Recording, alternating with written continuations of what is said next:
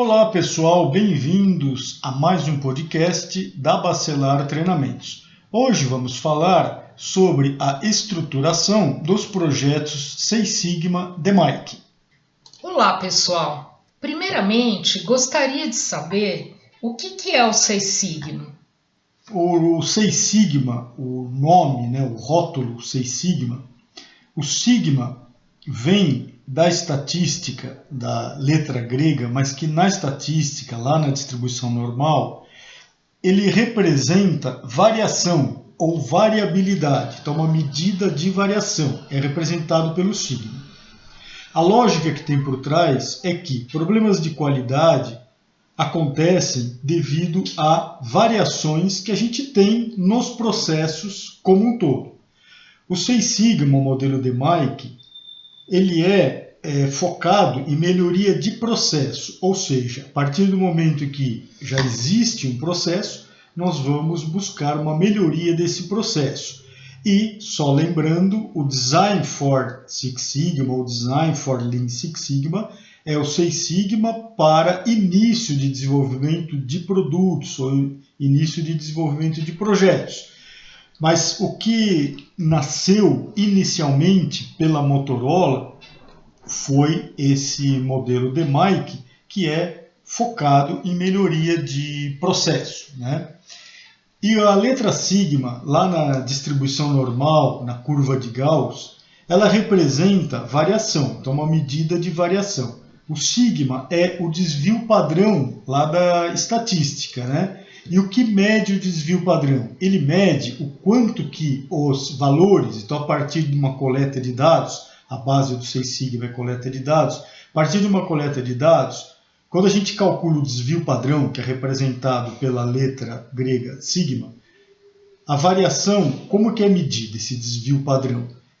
Ela mede o quanto que cada valor que você tabulou desta coleta de dados, quanto que cada valor está longe ou está distante da média deles, da média do conjunto deles. Ou seja, um valor, isso depois vira um número, certo? Porque eu vou calcular a média aritmética, a gente está mais acostumado com ela a calcular, e o desvio padrão nem tanto. Então a média, a gente, lá na matemática, na estatística, a gente chama de uma medida de posição. Então eu calculo a média de uma coleta de dados, é como se fosse um valor central. A outra medida, para a gente poder entender aí esse comportamento dessa coleta de dados, ou quando a gente traz lá para os processos, com a linguagem dos processos, para a gente entender o comportamento dos processos. Para a gente entender isso, eu preciso de duas grandezas. Uma é a medida de posição, então, por exemplo, a média, tem outras também, mas uma média.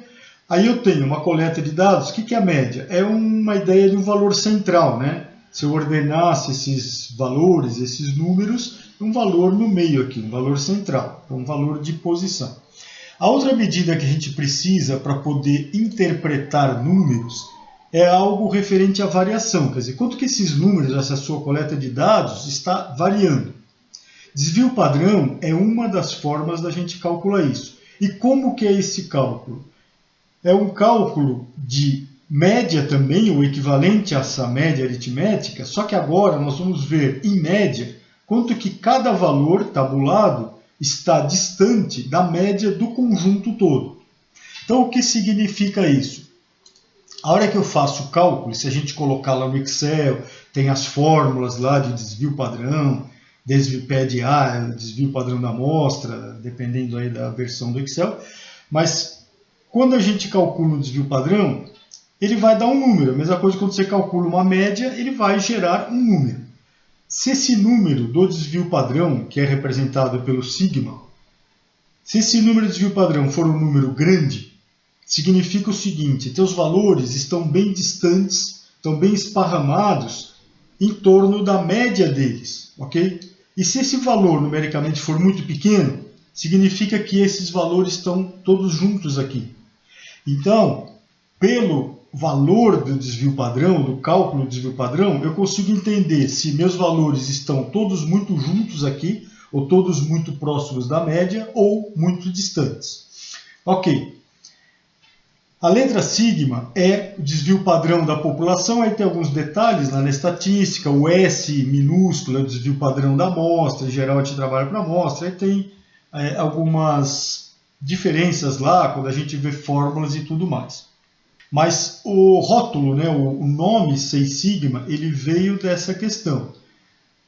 Então, um processo com qualidade 6 sigma significa algo que tem 6 vezes esse cálculo do desvio padrão em relação a alguma coisa. E essa alguma coisa o que é? Em relação à especificação ou em relação à meta que a gente quer atingir.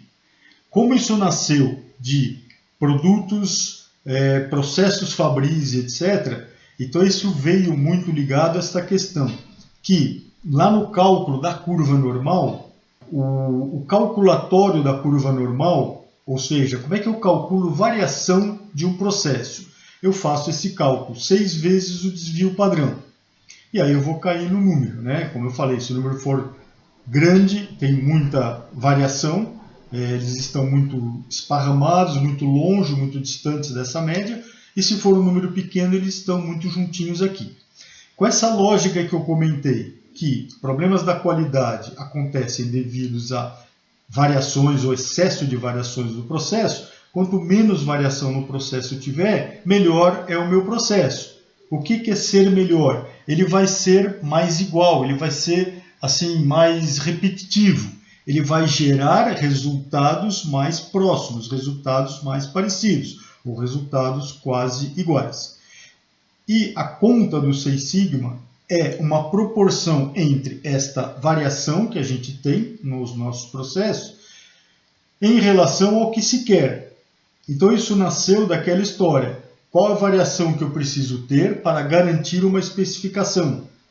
Então eu quero que o 6 sigma da curva, 6 vezes o desvio padrão, que é esse cálculo, que ele caiba folgadamente dentro da especificação.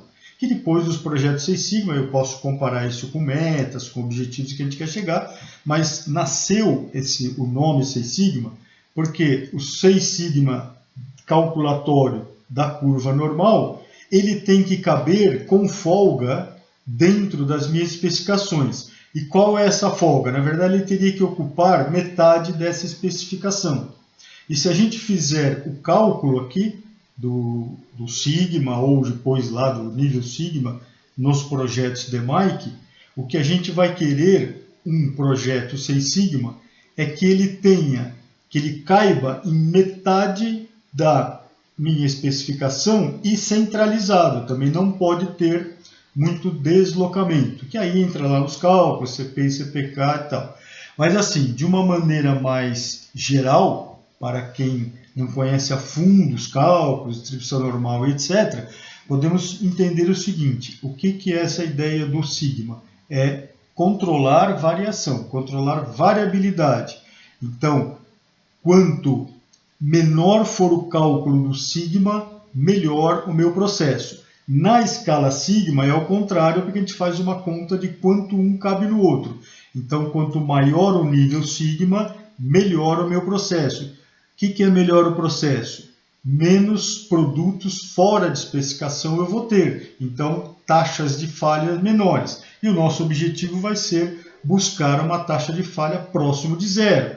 Quando a gente fala um processo com qualidade nível 6 sigma, significa um processo ter esta variação controlada, e lembrando que a variação mais o deslocamento dele, tudo junto, é tudo isso controlado para que a gente tenha, no máximo, a cada 1 milhão, por exemplo, se for um processo fabril, a cada 1 milhão de produtos fabricados, eu teria, no máximo, 3 que teriam defeito, ou que estariam fora de especificação, mas muito próximo aí desses limites de especificação. Mas imagina assim, de uma maneira mais simples, o que é um projeto nível 6 sigma?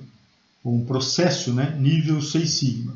É algo onde a gente vai ter, no máximo, 3 defeitos a cada 1 milhão produzidos.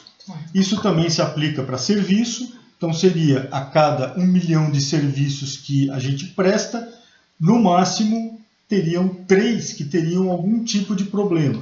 Então essa é a lógica. Mas vem do cálculo lá da curva normal, então teria que ver lá, se vocês olharem a configuração da curva normal, lá dos estudos do Gauss, aquela curva do sino, o que nós temos lá?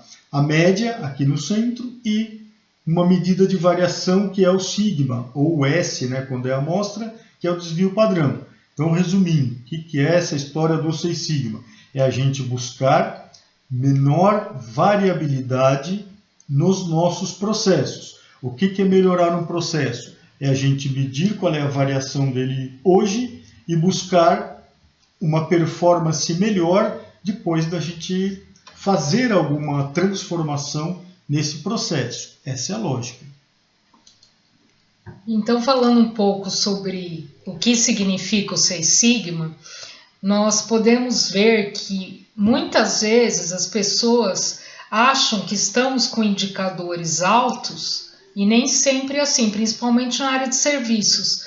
Você vê muitas coisas falando assim, eu atendo meus clientes com 98%, com satisfação desses 98%. Só que 98%, quanto vai representar de defeitos em ppm a nível 6 sigma?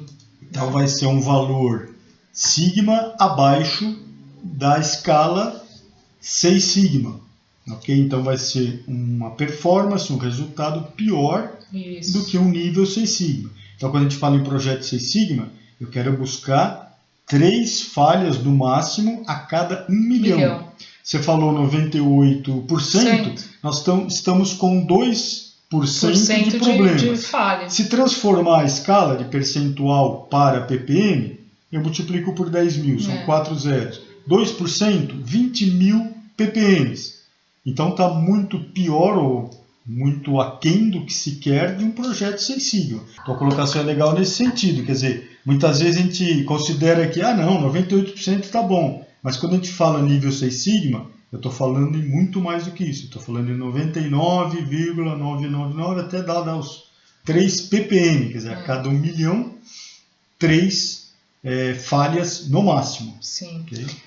Depois da pandemia, nós vimos que essa parte de logística de entrega de produtos, ela precisa ter um nível de excelência maior.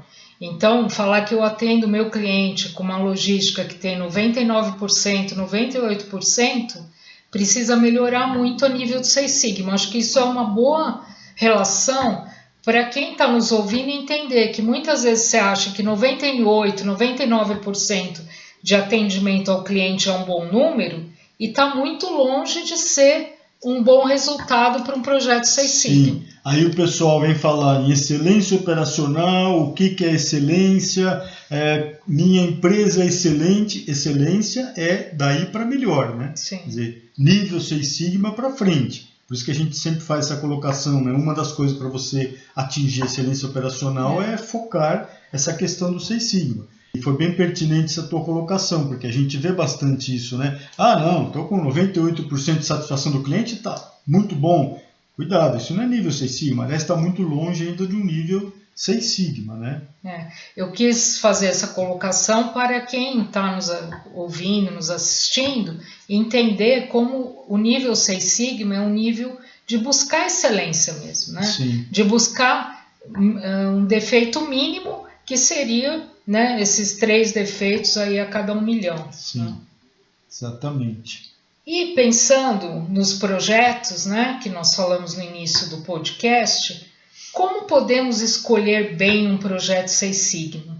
A primeira coisa que a gente tem que lembrar é o seguinte: qualquer trabalho, qualquer projeto pode ser feito no modelo 6 sigma ou no modelo DMAIC, né, que nós estamos focando aqui o 6 sigma para melhoria de processo. Então, qualquer trabalho, qualquer projeto eu posso fazer ou transformar no que a gente chama de um projeto 6 sigma. Aí eu vou fazer lá ou seguir toda a sequência lá da estruturação das 5 fases do DMAIC. Ok. Só que a questão que a gente deve estar preocupado ou estar questionando constantemente é o seguinte: o projeto que você escolheu para ser trabalhado no modelo DMAIC, lembrando que DMAIC é uma estrutura pesada, tem uma série de ferramentas, eu tenho lá uma discussão muito a fundo de causas, de comprovação de causas, etc. Então o que a gente tem que pensar é o seguinte: quais são os projetos que eu preciso entrar com esse modelo DMAIC para poder ter sucesso?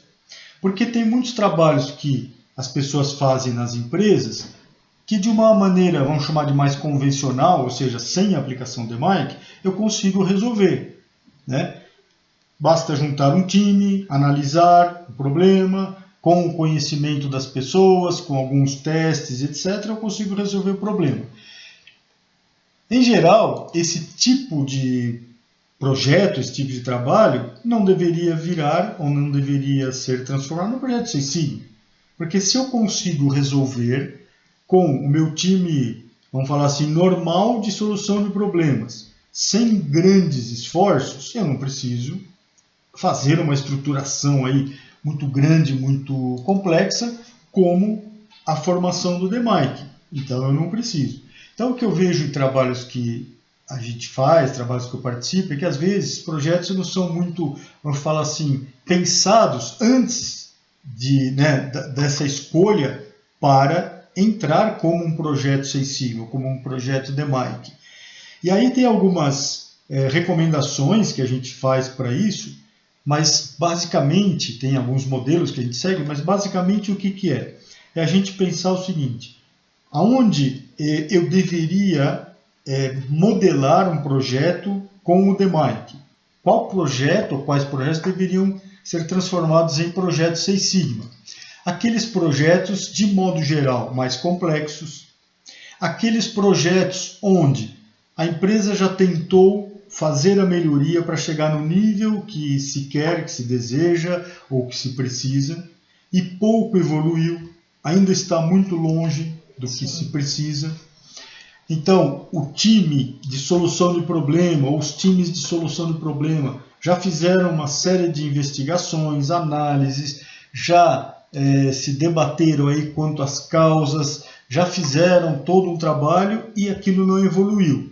Então agora, diferente dos projetos que eu citei agora há pouco, são casos onde eu não estou conseguindo chegar onde eu quero. Sim. Esses sim são os projetos indicados para a gente modelar com Six Sigma. Porque se eu não estou conseguindo de uma maneira, vamos chamar de mais convencional, eu vou então agora, então esse projeto, e se ele for importante para a empresa, porque senão também não vai fazer sentido, né? Se ele é importante para a empresa, esse projeto, e de uma forma convencional não estamos conseguindo chegar onde queremos, esse é um forte candidato a ser transformado, a ser modelado pelo Six Sigma, pelo DMAIC. E aí sim faz sentido a gente pensar naquela escala Sigma, o que é aquele Six Sigma, para a gente buscar essa excelência operacional, ou esse resultado que interessa para a empresa. A gente associa muito também a escolha desses projetos ao saving, aos ganhos financeiros que ele vai trazer, reduções de custos como um todo para a empresa. Então, tirar desperdícios, reduções de custo como um todo, ou seja, precisa ter algum retorno financeiro para a empresa. É claro que tem alguns projetos que são estratégicos para a empresa e talvez só o retorno financeiro não seja o mais importante, mas a maioria dos projetos acaba sendo, essa questão do retorno financeiro acaba sendo muito, muito importante. Mas assim, modo geral, como eu falei, tem lá os modelos que a gente segue e tal para poder escolher esses projetos, mas de uma maneira geral o que deveria ser um projeto Six Sigma? Projetos mais complexos, projetos onde os times de solução de problemas não dominam a solução do problema, não conseguimos reverter os resultados daquele processo para chegar nas metas que precisamos. Aí sim, esses são os projetos aí mais indicados para se transformarem em projetos Six Sigma. E aí, consequentemente, nós vamos ter todos esses ganhos, E falando também em escolha de projetos, acho importante lembrar a questão do treinamento dos champions. né? Porque assim, os champions, que são os diretores, os que comandam, gestores, né, da empresa, alta administração, eles precisam ser treinados de como funciona um projeto Seis Sigma, para que eles possam também ajudar a escolher. Com certeza. Então, muitas vezes as empresas elas falam, não, eu não preciso do treinamento do champion para a alta administração, mas eu vejo como um passo fundamental para entender qual que é a diferença de um projeto Seis Sigma e para que eles sejam bem escolhidos. Inclusive, dentro do treinamento do champion, pode-se colocar a escolha dos projetos como um tema também, né? Com certeza. Nos trabalhos que a gente faz é comum a gente fazer desta forma. Sim. Né? A gente faz os treinamentos dos champions e já faz toda a escolha desses projetos. Né? Então aí tem toda uma lógica, tem todo lá modelos e padrões que a gente segue. Mas resumindo, né, como eu falei, que basicamente chegar nesses projetos mais, vamos chamar de adequados para a gente trabalhar com o DMAIC, né? Mas assim, é fundamental ter esse treinamento do champion. O que é esse treinamento do champion? É um treinamento para alta direção da empresa, então gerentes, diretores, supervisores, depende da estrutura da empresa, mas é para que a gestão da empresa tenha fortemente esta visão de quais deveriam ser os projetos Seis Sigma, quais projetos ou quais trabalhos que eles têm que deveriam ser transformados em projetos Seis Sigma. Porque senão podem acontecer algumas coisas. Por exemplo, o projeto pode ser muito simples, ou eu vou chegar à conclusão que eu acabei, entre aspas, perdendo tempo, fazendo toda uma modelagem, toda uma tratativa de DMAIC, quando não precisaria. Sim. Eu costumo falar sempre aí para as pessoas ou para as empresas que a gente trabalha, que se você consegue resolver, você tem um problema, você consegue resolver o problema com o teu time que soluciona o problema de uma forma assim, relativamente fácil, né? Quando eu falo fácil, não é necessariamente que foi fácil para as pessoas, mas assim, as pessoas conseguem resolver, sem ter que aplicar muita ferramenta, muita metodologia, muito cálculo estatístico. Então, se as pessoas já conseguem resolver de uma forma mais convencional, desde que tenha resolvido por completo, sem problema nenhum, não precisa fazer mais nada que isso. Sim. Não vamos inventar mais nada para aquilo que a gente já resolveu. Agora, tem situações que desta forma não se consegue fazer. Então a gente vai ter que colocar uma estruturação aí mais forte, usar ferramentas mais pesadas, né, entre aspas, para a gente chegar aonde a gente quer chegar, né? Então, assim, esse treinamento do champion é fundamental. Tem algumas empresas que não dão muita importância para isso, mas é fundamental. Por quê? Porque senão você vai ter projetos que vão ser trabalhados pelos belts, vão ser estruturados com essa estruturação mais pesada e que talvez não precisaria. Isso. Então, bastaria uma discussão, alguma análise lá, uma espinha de peixe, 5 porquê, e de repente eu consigo resolver aquele problema. Então, mais uma vez, não estou falando que seria fácil no sentido de, só ir lá e resolver. Não, mas as pessoas com algumas discussões, algumas reuniões tal, conseguiriam chegar aonde querem ou aonde precisam, né? Uma outra pergunta importante também, como que nós podemos fazer uma forma mais eficiente para escolher os belts que vão trabalhar? Para fazer essa estruturação dos belts dentro da empresa para os projetos Seis Sigma. O que você acha, Luiz? A escolha dos belts também tem alguns modelos que a gente segue. A princípio, as empresas não deveriam selecionar esses belts assim, de uma forma aleatória. Então tem todo um perfil que a gente analisa, ou a gente dá esse suporte para as empresas. Sim. Então tem lá uma série de detalhes, mas se a gente fosse resumir, a gente pode dizer o que é. Tem que ser pessoas que, primeiro, tenham facilidade com ferramentas estatísticas, cálculos estatísticos, aquelas pessoas que consigam fazer raciocínio lógico aí de uma forma bem tranquila, aquelas pessoas que conseguem trabalhar com uma certa pressão, porque vão trabalhar com projetos importantes para a empresa. Também essas pessoas elas têm que ter acesso a várias áreas da empresa, né? Então tem que ser aquelas pessoas que tenham facilidade, né, para atravessar várias áreas da organização. Isso. Então, aquelas pessoas que já têm, pela própria posição que elas têm ou pelo próprio perfil da pessoa mesmo, que ela tem uma abertura maior com outras áreas e que já está acostumada a fazer trabalhos, né, interdepartamentais. Por quê? Projeto Seis Sigma, com certeza, vão ser tratativas interdepartamentais, né? Tem uma facilidade para trabalhar com os times também. Sim, né? Também no treinamento dos Black Belts a gente trabalha bastante essa questão da liderança, mas hoje em dia os Green Belts já têm que ter um pouco desta liderança. Então tudo isso daí é bem importante nessa escolha dos belts, né? E tem lá outros pontos que a gente aborda, mas podemos dizer que isso daí é o básico, né? Se não fizer desta forma, as empresas vão escolher esses belts que depois vão ser aquelas pessoas que vão ter dificuldade em trabalhar com esses modelos de Mike, né? E aí pode complicar um pouco, atrapalhar um pouco todo esse andamento. É claro que as pessoas podem ser treinadas, etc. A formação dos belts já foi pensada. Escolher pessoas com determinado perfil para daí treinar essas pessoas, e essas pessoas vão estar aí a ponto de poder puxar projetos, trazer essas melhorias e trazer esses retornos financeiros que eu comentei aí para as empresas, né? Um ponto importante também que nós temos sentido nos nossos treinamentos e nas nossas consultorias, a importância do apoio da alta administração.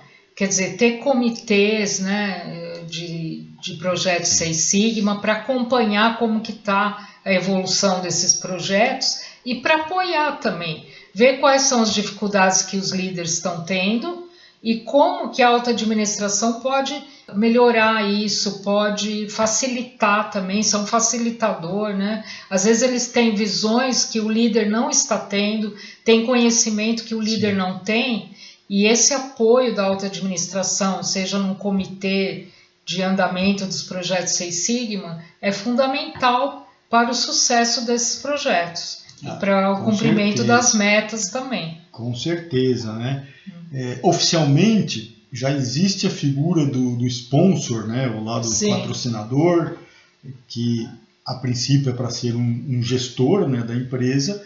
Então, formalmente isso já existe, mas o que a gente vê é que às vezes ainda falta toda esta parte que você colocou, quer dizer, precisa ter um apoio maior da gerência como um todo. Por isso, aquela importância desses projetos estarem amarrados com metas maiores da empresa, que realmente tem que ser projetos importantes, porque se o projeto for importante só para uma área, né, um ou outro gestor, não vai ter a importância que deveria, ou não vai ter importância da alta administração como um todo, né? Então, a gente tem que pensar em tudo isso. Esses projetos têm que estar alinhados com as metas maiores da empresa, justamente para ganhar uma importância maior e também, né, por parte das pessoas ou da gestão, tem que ter esse aporte aí, tem que ter esse suporte da alta administração, porque senão nós não vamos conseguir evoluir o quanto deveria. E lembrando que a maioria dos projetos tem retornos financeiros altos, então se a empresa quer aquela redução de custo, quer atacar aqueles desperdícios, não pode deixar de dar este apoio forte para os belts ou para o projeto, né? E um ponto importante também que eu já vi no acompanhamento nesses comitês de projeto Seis Sigma, é que muitas vezes não há uma padronização do que se vai apresentar. Então, às vezes, com apresentações muito longas, e qual que é o objetivo, afinal, dessas apresentações? É saber o andamento, na verdade, é colocar lá um índice para acompanhar esse andamento do projeto para ver como que ele está em relação às fases do DMAIC, né? Você pode colocar até um indicador, né? Para saber, eu estou na fase D, na fase M, mais ou menos isso. E também para que os líderes dos projetos, seja Green Belt, seja Black Belt ou Master Black Belt, eles possam colocar as dificuldades que a alta administração possa ajudar e também as coisas boas que eles estão vivenciando no projeto, mas assim, padronizado, né? Para que não fique uma coisa longa e que se atinja o objetivo das reuniões também. Né? Sim, com certeza. E quando a gente acompanha esses projetos, a gente faz todo este acompanhamento e monitoramento das fases do DBAI, que a gente amarra toda a evolução, todo o andamento do projeto nas fases do DMAI, que é nas 5 fases. Também é comum a gente fazer o que normalmente o pessoal chama aí os gates, né, de controle. Então, você tem lá pontos de controle que normalmente são pontos de apresentação para a alta direção da empresa, né, do andamento desses projetos. Sim. Aí depende da empresa, depende dos projetos, a gente faz de algumas formas ou alguns formatos diferentes. Mas, basicamente, é comum a gente ter uma apresentação quando termina o medir, quando os projetos já estão bem trabalhados e bem definidos antes. Às vezes a gente faz no final do definir, mas assim, o mais comum é a gente ter uma apresentação no final da fase do medir, então faz a fase definir, medir, e é feita uma apresentação para a alta direção da empresa. Sim. E a alta administração da empresa para valer, né? Inclusive participa lá a alta direção, lá os diretores gerais, presidente da empresa, CEO e toda a hierarquia lá da gestão da empresa, né? E aí tem essa apresentação no final da fase medir. Aí depende de como a gente combina, a gente faz uma outra apresentação na fase do melhorar, que aí é interessante para que a alta administração consiga ter uma visão de quais as ações que vão ser feitas, eventuais custos, né, que podem ter e assim por diante, para eles também darem aí a estratégia maior da empresa, e aí eles conseguem dar uma direcionada para essas ações ou esses projetos, muito no sentido de ajudar, e ajuda bastante, porque lá aparecem coisas, mas eu tenho que automatizar um sistema aqui, mas né, existe uma discussão porque tem investimento, isso, aquilo, por exemplo, e aí eles podem ajudar, ou eles costumam ajudar bastante. E depois é feita uma terceira apresentação no final, né? Aí é mais para mostrar os resultados e tal, no final do projeto, depois que já estão as ações implementadas, né? E os ganhos já contabilizados, ou os ganhos efetivados. Então é comum fazer dessa forma. Como eu falei, a gente pode às vezes até mudar um pouco esse desenho, essa sequência, mas é comum fazer isso. Então, a gente tem aí umas 3 apresentações para a alta direção da empresa ao longo do projeto. E isso aí é muito interessante, tem aquela ideia ou aquela visão de incentivar o trabalho dos belts, né? E quando a gente faz isso junto com a formação dos belts, é bem interessante, porque aí a alta administração da empresa dá bastante força para esses belts, para na sequência eles continuarem com os seus projetos, né? Então é uma forma da alta administração reconhecer o trabalho dos belts, acompanhar todo esse trabalho, dar o suporte que precisa e também eles medirem, né, ou poderem questionar tudo o que está acontecendo lá e poderem medir esses resultados. E aí, ao longo do tempo, a empresa como um todo fica mais consciente dessas questões de projetos, ganhos de DMAIC, então, assim, é bom para todos, né? Luiz, então faz um resumo aí do DMAIC, ressaltando os pontos mais importantes de cada fase. O que você vê como mais importante em cada fase? Vamos lá. O DMAIC são 5 passos para a gente estruturar um projeto. Projeto de melhoria de processo, no caso de Seis Sigma. Lembrando que o projeto Seis Sigma é um projeto para melhoria de processos. Processo, entrada, transformação e saída. Beleza. Aí, as fases quais são? Lá o DMAIC, o DMAIC, né? No Brasil é o DMAIC.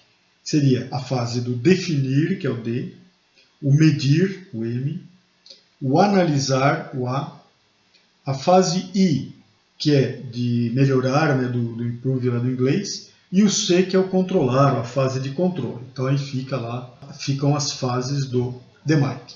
Ok. O que tem aí de importante, ou podemos dizer de certa forma diferente de uma abordagem convencional? Na fase do definir, a preocupação o que é? Deixar claro qual é o problema.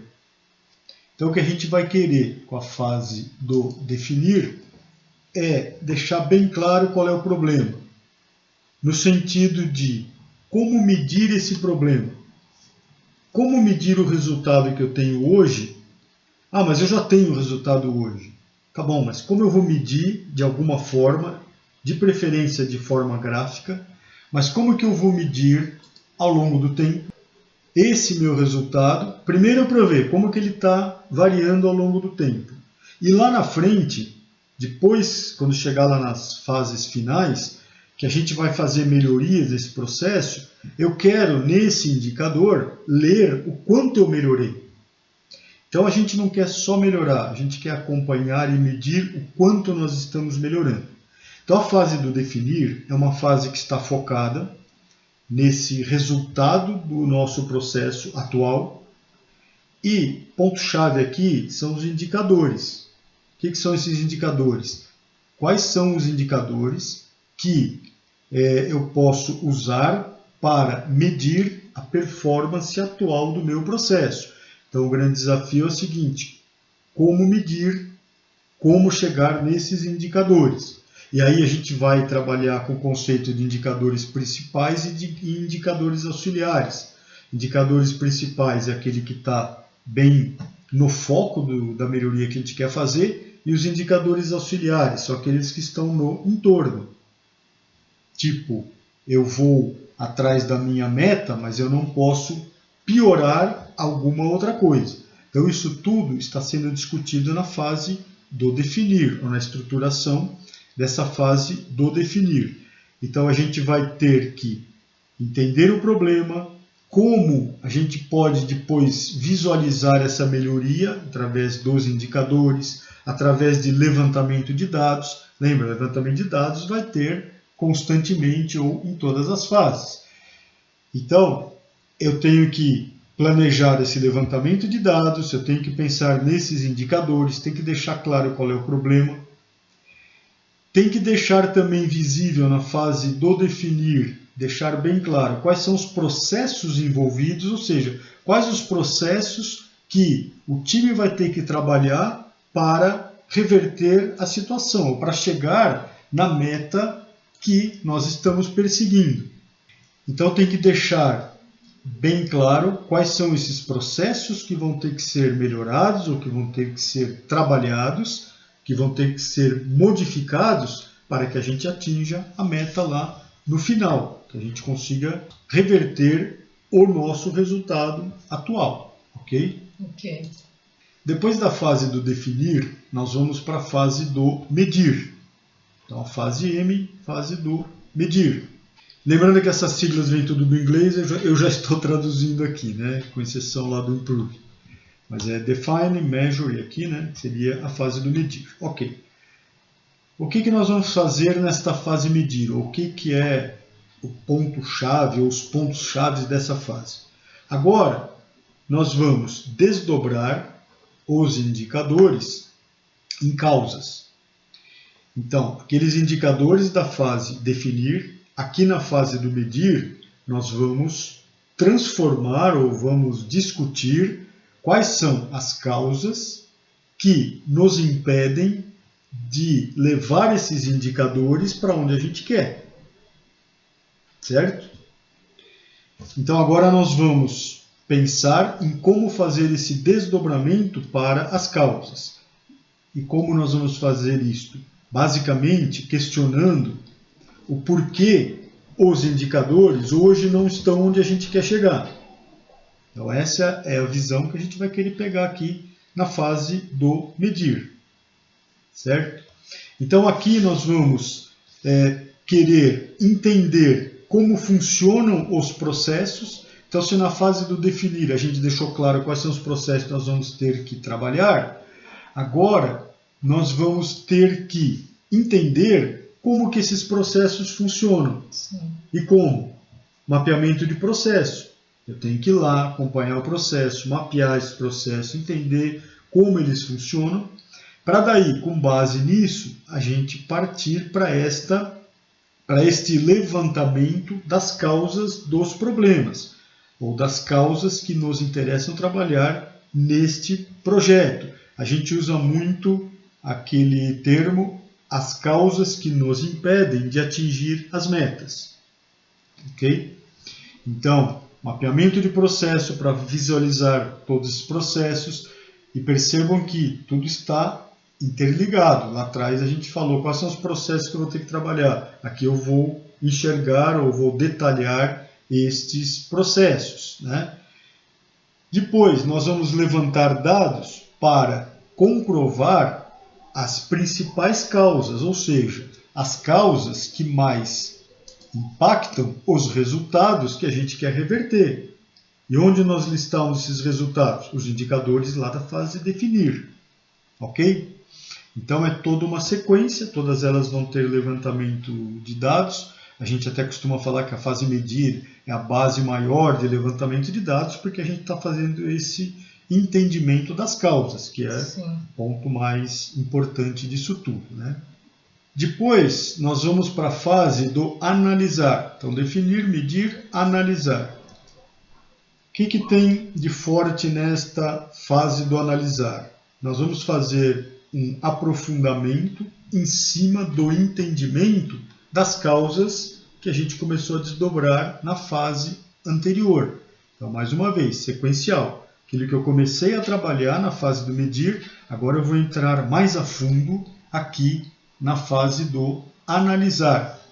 E aí o que a gente vai querer? A gente vai querer filtrar aquelas causas no sentido de concluir quais são as causas que são as mais impactantes nos nossos resultados. Então sempre a gente vai filtrando, sempre com aquela linha de raciocínio onde a gente quer fazer pouco, entre aspas, e ter grandes resultados. Então a gente vai sempre procurar filtrar todas essas informações. Então eu começo a abrir um monte de causa, depois eu vou estudar essas causas, vou afunilando para saber ou para concluir quais são essas causas que mais impactam meus resultados, que são essas que nós vamos trabalhar. Ainda nessa fase do analisar, nós vamos medir quanto que cada causa impacta o resultado. Aí lembra, ao lado definir os resultados, os indicadores do definir. Então nós vamos fazer essa análise com apoio de ferramentas estatísticas e outras ferramentas, outras metodologias, testes e etc., para poder fazer toda esta conclusão. E aí, através de levantamento de dados, análises estatísticas e etc., nós vamos fechar esta fase comprovando ou tendo certeza de quais são as causas que devem ser melhoradas, eliminadas, minimizadas, enfim, que devem ser trabalhadas para que aquele resultado lá do início que nós ou a empresa definiu que precisa ser melhorado, a causa ou as causas que vão fazer com que aquele indicador, meta seja atingida. Que a meta seja atingida, aquele indicador vai ser revertido ou vai para o patamar que nos interessa, né?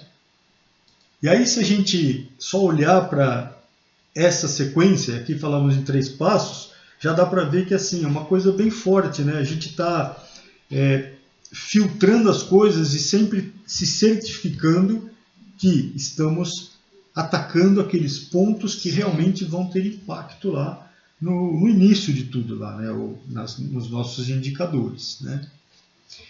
Depois, na sequência, nós vamos para a fase do melhorar, que é o I, né? do improve lá. Então, definir, medir, analisar e agora o melhorar ou o improve. O analyze e o improve, né, do inglês, são essas fases aqui. O que é a fase do melhorar? Basicamente, a gente pegar toda aquela tratativa, aquele estudo que a gente fez com as causas e agora vamos transformar tudo isso em ações de melhoria. Ou seja, que ações eu tenho que fazer, o que tem que ser mudado, que melhorias têm que ser feitas para a gente tirar o efeito daquelas causas da fase anterior. Então aqui nós vamos discutir quais são as ações necessárias para trabalhar essas causas, para reduzir esse efeito das causas ou muitas vezes eliminar o efeito dessas causas principais para reverter os indicadores iniciais. Vamos levantar dados das ações ou da eficácia das ações, ou seja, vamos medir também através de ferramentas estatísticas, nós vamos medir o quanto cada ação que estamos propondo impacta o resultado lá dos indicadores iniciais para tomarmos ação somente em cima daquilo que tem eficácia ou daquilo que vai resolver nosso problema, né?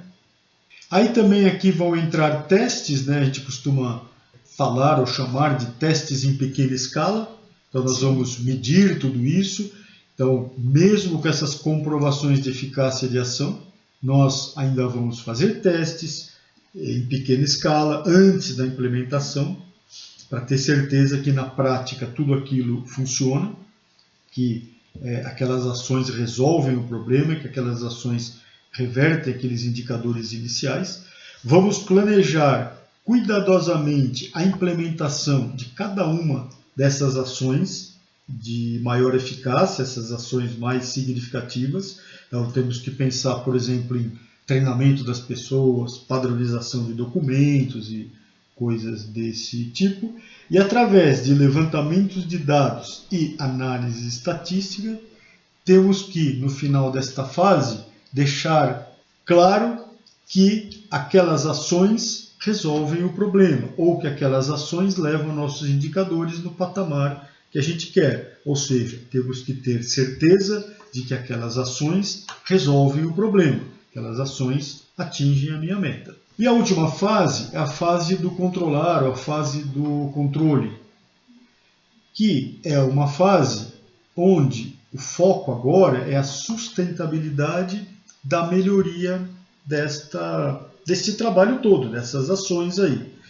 Então, por trás desta ideia da fase do controlar, tem aqueles estudos, né, de que as melhorias que são feitas aí, em qualquer processo ao longo do tempo, elas tendem a regredir ou tendem a voltar para o status anterior. Então, qual que é a ideia da fase do controlar? É garantir a sustentabilidade dessa melhoria. De que forma? A gente definindo alertas, indicadores adicionais para nos mostrar ou mostrar para as áreas mais diretamente envolvidas que quando algum desses resultados, desses indicadores, começam a entrar numa faixa de valores, uma faixa aí de performance que mostrem que estão voltando para o que era antes, a hora que ela começa a regredir, já é dado um alerta e times de solução de problema, que em geral não é mais o time Six Sigma que fez todo o projeto inicial Six Sigma, mas times de melhoria vão lá, analisar o que está acontecendo e ao longo do tempo garantem a melhoria, ou garante essa sustentabilidade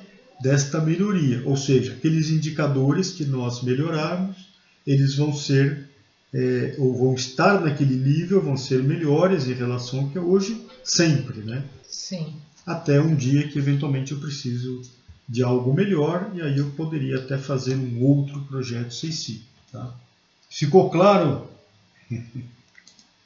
Sim, muito claro, bem explicado até agora. Então, pessoal, basicamente era isto que nós pensamos em trazer para vocês, para deixar mais claro alguns pontos aí de Seis Sigma, alguns pontos que a gente tem visto que acabam gerando alguma dúvida aí com as pessoas na hora de aplicar, na hora de escolher, né, projetos, na hora de escolher os belts. Então, com esta explanação, fica mais claro para todos vocês. Muito obrigada pela participação de vocês. Para quem não é inscrito no canal ainda, pedimos para fazer a inscrição e agradecendo sempre que vocês têm participado, têm mandado comentários e isso ajuda muito. Tchau, tchau, pessoal, e até o nosso próximo encontro. Obrigado aí pela participação.